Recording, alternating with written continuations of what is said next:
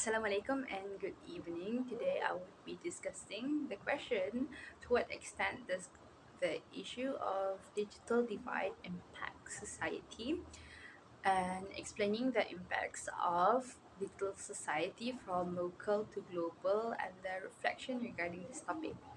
So, to answer the question, to what extent does the issues of digital divide impact society, we must first know what a digital divide is. Digital divide is the gap between demographics and regions that have access to modern information and communications in technology, ICT, and those that don't or have restricted access.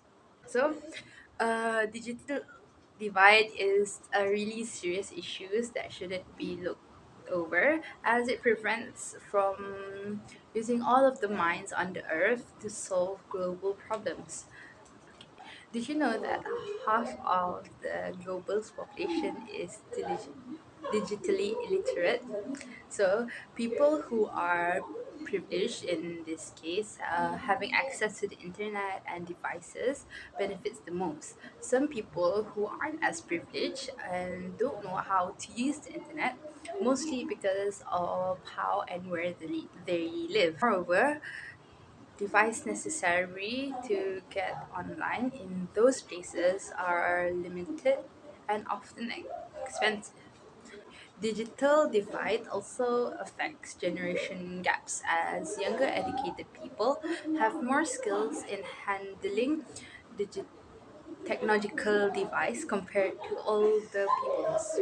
Without digital technologies, countries, especially underdeveloped nations, potential for economic growth is hindered and it's harder for them to compete.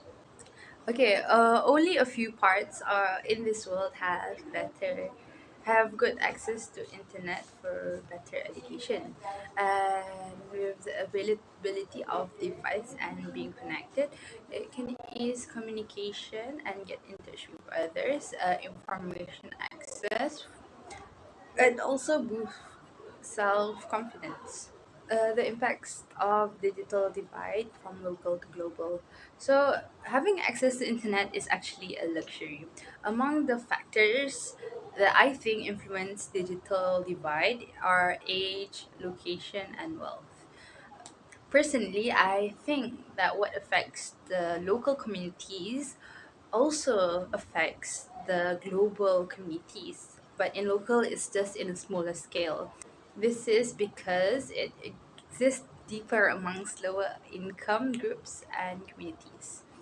So, the main impact obviously is segregation. For example, rural area versus suburban areas. So, rural areas have less population and less resources to get online. Therefore, it has less internet access and internet coverage compared to suburban areas. And next is undeveloped nations versus first world countries. So underdeveloped nations has low network coverage, and the mobile data usage is also expensive compared to first world countries. The third one is wealthy people versus poor people. So wealthy people could afford to have internet and devices, while poor people don't have that type of privilege. And young people and older people, like I said earlier, young people are better in technology compared to old people. So, reflection about digital divide. So, digital divide is a segregation amongst many communities, and really it shouldn't be looked over. And I really hope there are some initiatives to narrow down and bridge the digital divide both locally and globally. Seeing the videos of the poor children in parts of the world that don't have internet access really breaks my heart. But in a way, it makes me really grateful for what I have here. Digital divides also show how the rich is getting richer and how the poor is getting poorer, especially in this world full of digitalization. People with no way to connect are often left out, while people who have an advantage flourish. Because of that, we should open our minds and widen our perspective on how we perceive the world, because not everyone is as lucky as how we are. I think that's all for me. Thank you.